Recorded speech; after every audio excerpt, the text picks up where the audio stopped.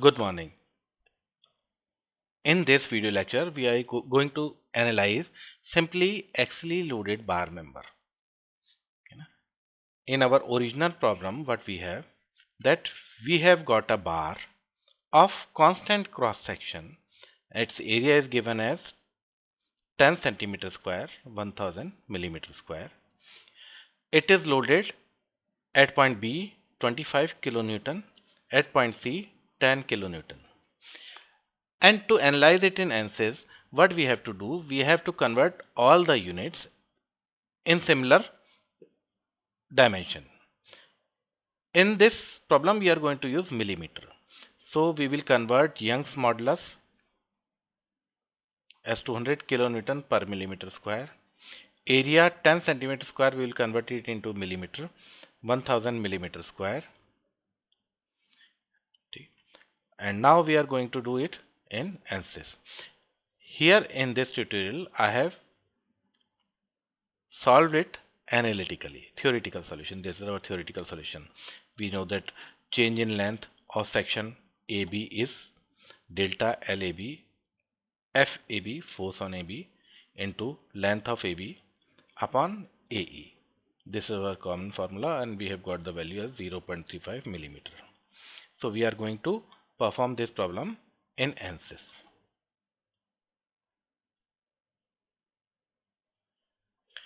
So preferences, structural, we are going to do structural analysis. Okay. Preprocessor, we are going to define element, element type, add,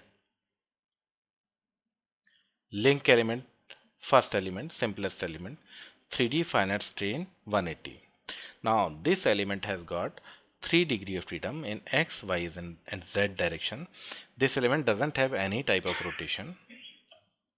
So simple bar element. Okay, close. We are going to add some material property for it. In the problem we have given area of cross section as 1000 millimeter square. So real constant, add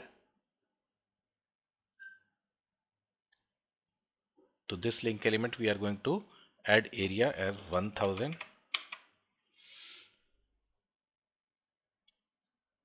Okay,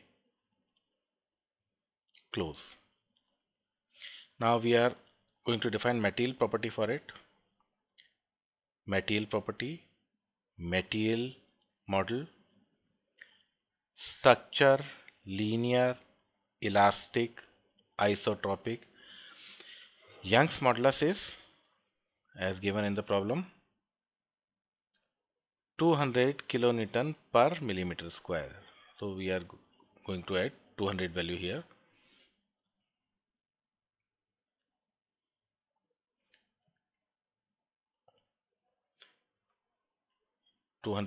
For kilonewton, we are multiplying it with 1000, and Poisson ratio we are going to take as 0, as it is not given in question. So 2, 1, 2, 3, 4, 5. Poisson ratio is 0. We don't need to write it actually, but we are writing it. Okay. It will automatically take 0, otherwise okay. So what we have done in the pre-process session up till now, we have defined that from which type of element we are going to create model and what will be the properties of that element, but we have not created any model here. In our working area we have not created any model here. So we are going to create model. We will create this model using key point. Node 1, node 2, node 3. We will see here A is node 1, B is node 2, C is node 3, and A is at point 0, B will be at point 2000 millimeter away, and C will be total 5000 millimeter, 2 plus 3, 5000 millimeter away. We are going to convert all the unit in millimeter. Okay, so we are going to create key point. In active coordinate system, there can be many methods to create a model. Point number 1, 0 0 0. We don't need to write it here, or we can also write 0, है ना? I am leaving it intentionally 0. Answers will take its value as 0 automatically. Okay. We will use apply. Okay. 2 x is 2000 0 apply. We have got second key point. Third key point 5000. Okay. So we have got all the three key points. Now from the key point we are going to create line, straight line, simply from here to here. Okay. Straight line from here to here. Okay. So we have got two lines. Up till now we have not created any model. We have just created drawing of model. So what will be the difference? When we will apply properties to this drawing through meshing, then it will call a model, a ANSYS model. So now we will mesh it. Still there are many different type tools used in mesh, but all the thing can be taken care of using mesh tool. Okay, this is mesh tool. Size control. We have got simple problem. We are not going to break it in many elements.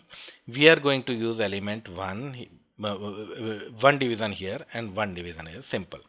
So line size control set this and this. Okay. Number of element division we will use 1. Simple. We will keep it simple. Okay, done. It is hidden. We have called it back. It was hidden in the back side. Now we will mesh it. Mesh. Pick all. It will pick all the line. Pick all. Now our model is complete.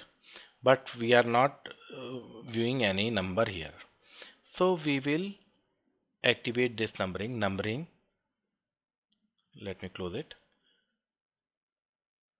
Line number, node number, apply, okay. 1 2 3. So our model is complete. Now we will constrain it. We will apply load to it.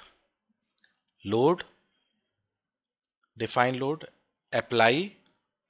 First of all, we will put this point in the wall.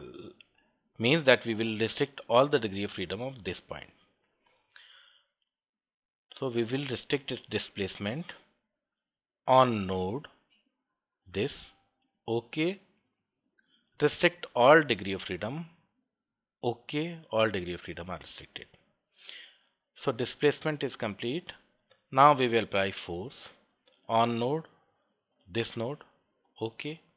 Now we will have to apply load in x direction. X direction. Its value is 25 kilonewton, 25000 Newton, 25000 Newton, 25000 Newton. Apply. This small arrow indicates its value. Now we will apply load on this point. Okay. Its value is 10000 10000.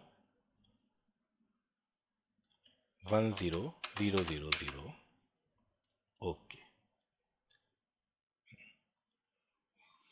So this is bigger arrow, this is smaller arrow.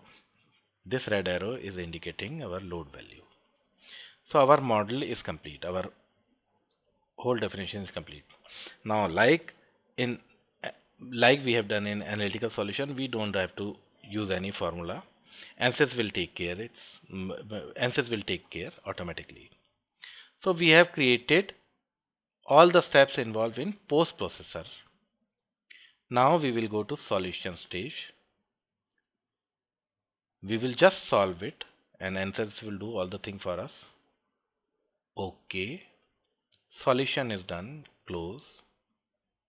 Finish. Now we have solved our model. Now we have to see all the result for it.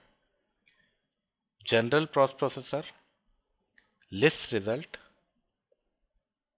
nodal solution. Now this bar is going to move in y direction only. Y component of displacement. Okay.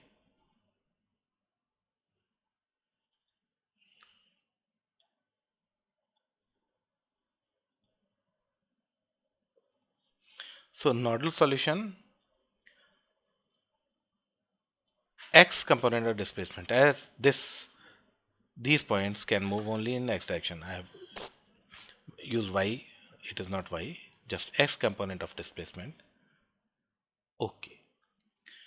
So point 1 will move 0 unit, point 2 will move 0.35 and point 3 will use 0.5 unit.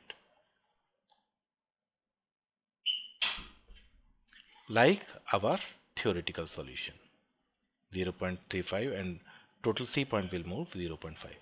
So we have meshed this problem with our theoretical solution. We can find many other things like reaction solution, structural force in x direction. Okay, we know that reaction at node 1, this point will be minus 3500 total load in negative direction, and we can find out all the nodal loads. Okay, again in x direction only. Okay, so we can find out all the nodal load. So this is our complete analysis of the problem. Thank you.